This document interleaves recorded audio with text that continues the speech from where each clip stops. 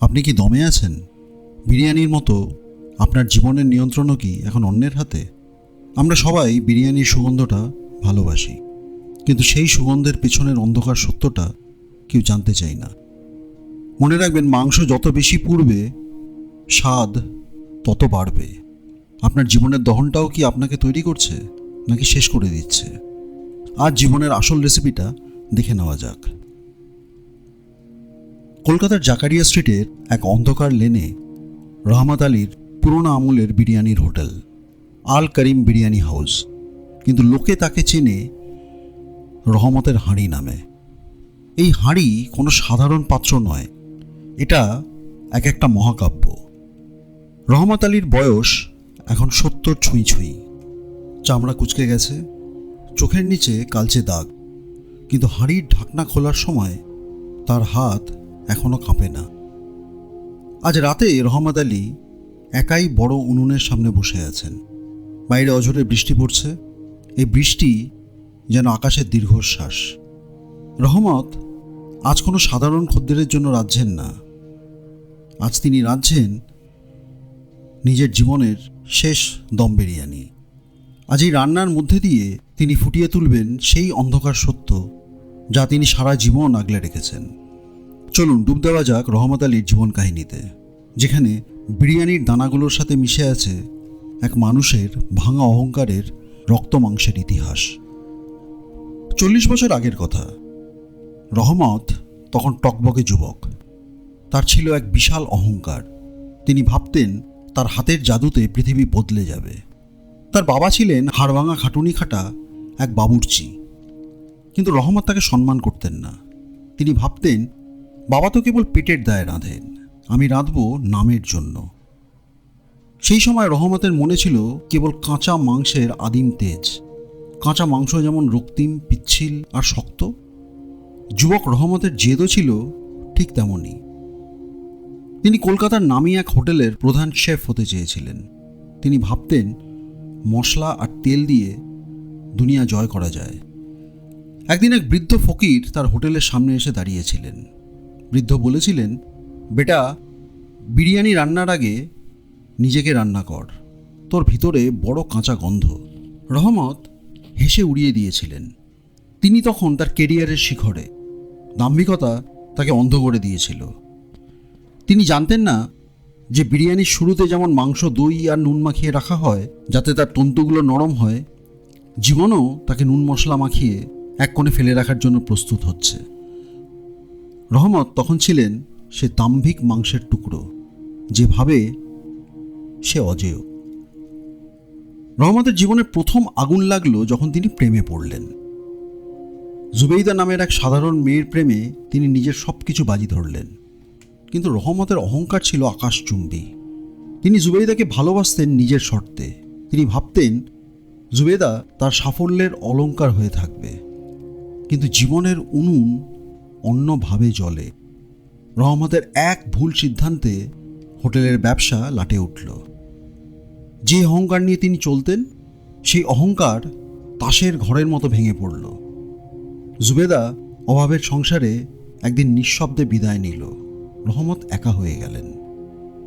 রান্নাঘরে হাঁড়ির নিচে যেমন মৃদু আগুন জ্বলে, রহমতের হৃদয়েও তেমনি এক তুষের আগুন জ্বলতে শুরু করল।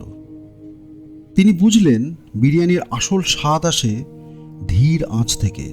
তেজালো আগুন মাংস পুড়িয়ে কয়লা করে দেয়, কিন্তু মৃদু আগুন তাকে ভেতর থেকে গুলিয়ে সুগন্ধি রসে রূপান্তর করে। রহমতের জীবনের সেই সময়টা ছিল মৃদু আগুনের দহন। বাইরে থেকে কেউ বুঝতে পারত না তার ভিতরে কি হচ্ছে। তিনি সবার সামনে হাসতেন, কিন্তু নির্জনে বিরিয়ানির হাঁড়ির পাশে বসে চোখের জল ফেলতেন। আর সেই নোনা জলই যেন তার জীবনের আসল মশলা হয়ে দাঁড়ালো। তিনি বুঝতে শুরু করলেন, যতক্ষণ না মানুষের অহংকার পুড়ে ছাই হচ্ছে, ততক্ষণ তার ভেতর থেকে মনুষ্যত্বের সুগন্ধ বের হয় না। রহমত আলীর জীবনের সবচেয়ে অন্ধকার সময় ছিল তার মধ্যবয়স, যখন তিনি ভাবতেন তিনি সব ঠিক করে নেবেন। ঠিক তখনই তার জীবনে এক অদ্ভুত স্থবিরতা এলো। তার একমাত্র ছেলে, যাকে তিনি নিজের মতো করে গড়তে চেয়েছিলেন, তাকে ছেড়ে চলে গেল। কোনো ঝগড়া নয়, কোনো চিৎকার নয়, কেবল এক নিঃশব্দ প্রস্থান। রহমত তখন নিজেকে আবিষ্কার করলেন সেই দমে দেওয়া হাঁড়ির মতো। বিরিয়ানিতে যখন আটার লেচি দিয়ে মুখ বন্ধ করে দেওয়া হয় তখন ভিতরটা হয়ে যায় এক বদ্ধ কারাগার। বাইরে থেকে আপনার কোনো নিয়ন্ত্রণ থাকে না, আপনি জানতে পারেন না ভেতরে মাংস গলছে নাকি চাল পুড়ে যাচ্ছে। জীবনও রহমতকে সেই অন্ধকারের ভেতর ঢুকিয়ে দিল। তিনি বুঝতে পারলেন আমরা আসলে কিছুই কন্ট্রোল করতে পারি না, আমরা কেবল পরিকল্পনা করি, কিন্তু চূড়ান্ত সিদ্ধান্ত নেয় সেই মাস্টার শেফ। রহমত সারা রাত অন্ধকারে বসে থাকতেন আর ভাবতেন, আমি কি ভুল করেছি? কেন আমার জীবনের ঢাকনা কেউ এভাবে সিল করে দিল? এই দম ছিল তার ধৈর্যের পরীক্ষা। আর এই সময় তিনি শিখলেন অপেক্ষা করতে। বিরিয়ানি যেমন তাড়াহুড়ো করলে হয় না, জীবনকেও তেমন জোর করে চালানো যায় না। নিজের অহংকারকে পুরোপুরি বিসর্জন দিয়ে তিনি সেদিন সেই আগুনের ওপর সঁপে দিয়েছিলেন নিজেকে। তিনি বলেছিলেন, মালিক, তুমি যেভাবে রাঁধবে আমি সেভাবেই সেদ্ধ হব। বছর 10 আগে রহমতের হোটেল আবার চলতে শুরু করলো। লোকে বলা বলি শুরু করলো, রহমতের বিরিয়ানিতে কি যেন এক জাদু আছে, মানুষ খেলে তৃপ্তি পায়, চোখে জল আসে। রহমত তখন বৃদ্ধ, তিনি এখন হাসেন, সবার সাথে কথা বলেন, লোকে ভাবে তিনি খুব সুখে আছেন। কিন্তু রহমত জানেন তার এই হাসি হলো বিরিয়ানির উপর ছিটানো কেওড়া জল আর আতর। বিরিয়ানির যে সুগন্ধ আমরা পাই সেটা কিন্তু একটা ইলিউশন, সেটা আসল বিরিয়ানি নয়, সেটা কেবল পরিবেশকে মোহময় করার জন্য দেওয়া হয়। রহমতও নিজের জীবনের হাজারো ক্ষত ঢাকতে হাসির আতর মেখে ঘুরতেন। তার মনের ভিতরে তখনও সেই দহন চলছে।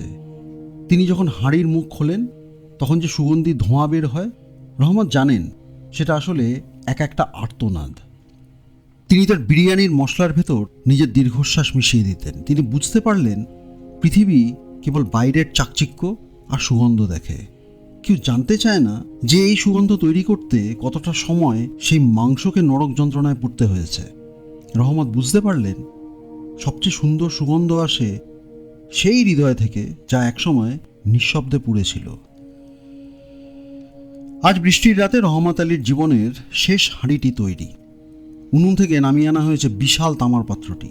রহমত একা হাতে আটার শক্ত হয়ে যাওয়া সিলটা কাটছে। চাকু দিয়ে আটা কাটার সময় তার মনে হচ্ছে তিনি আসলে নিজের জীবনের শেষ আবরণটি সরিয়ে দিচ্ছেন। ঢাকনাটা খোলার সাথে সাথে এক বিশাল ধোঁয়ার কুণ্ডলী তার মুখ ঢেকে দিল। সেই ধোঁয়ায় তিনি যেন দেখতে পেলেন জুবেদাকে, তার সেই দাম্ভিক যৌবনকে, তার হারিয়ে যাওয়া ছেলেকে। তিনি দেখলেন তার জীবনের সেই কাঁচা মাংস এখন নরম হয়ে তুলতুলে হয়েছে। তার সেই অহংকারী চাল এখন অন্যের পেটের খিদে মেটানোর জন্য প্রস্তুত। তার জীবনের সেই তীব্র আগুন এখন শান্ত হয়ে ছাই হয়ে গেছে। রহমত আলী 1 চামচ বিরিয়ানি তুলে নিজের মুখে দিলেন। কোনো স্বাদ পেলেন না, কারণ তিনি এখন সেই স্বাদের ঊর্ধ্বে।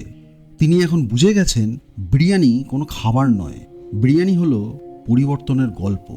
যা ছিল কাঁচা, যা ছিল শক্ত, যা ছিল আলাদা, আগুন আর ধৈর্য তাদের সবাইকে এক করে দিয়েছে। তিনি নিজের মনে আওড়ালেন, মানুষ ভাবে বিরিয়ানি খুব রাজকীয় জিনিস, কিন্তু সত্যিটা হলো এটা একটা আত্মত্যাগের কাহিনী।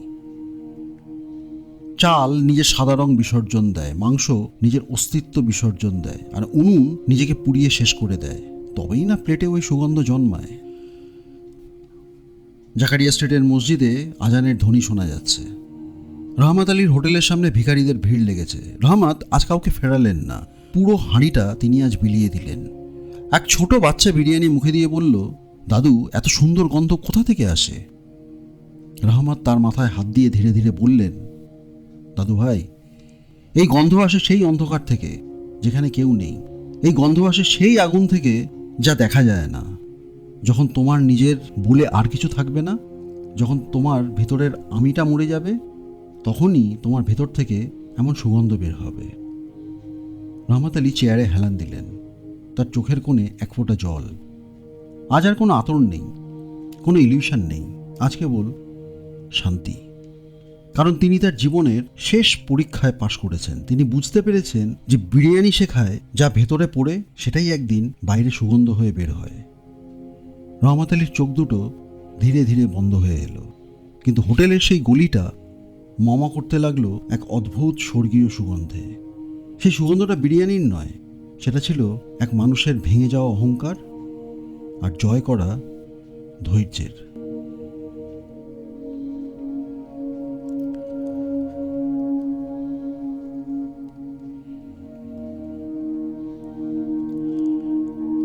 অরিন্দম সেনগুপ্ত অফিসিয়ালস জীবনবোধের গল্পে আজ আপনারা শুনলেন বিরিয়ানির ভেতরের অন্ধকার সত্য। আমাদের আজকের গল্পের বড় বার্তাটি হলো, আমাদের জীবনও রহমত আলীর ওই হাঁড়ির মতো। আমরা কখনো কাঁচা, কখনো দমে বন্দি, আবার কখনো আগুনে পুড়ছি। আমরা চাইলেই ঢাকনা খুলে বেরিয়ে আসতে পারি না, আমাদের অপেক্ষা করতে হয়। আমাদের দহনের সময় শেষ না হওয়া পর্যন্ত আমরা প্রকৃত সুগন্ধ ছড়াতে পারি না। মনে রাখবেন, বিরিয়ানির আসল রহস্য মশলায় নয়, তার সেই নিঃশব্দে পুড়ে যাওয়ার ইতিহাসে। একটা প্রশ্ন, আপনি এখন জীবনের কোন স্টেজে আছেন? দমে বন্দি নাকি সুগন্ধ ছড়াতে প্রস্তুত?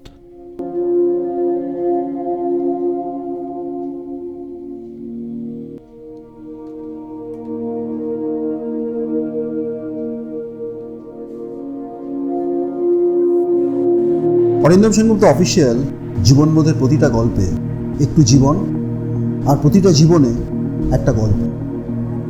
ছোট গল্প, বড় শিক্ষা। গল্প শেষ নয়, জীবনও নয়। শোনো, শেখো, বাঁচো।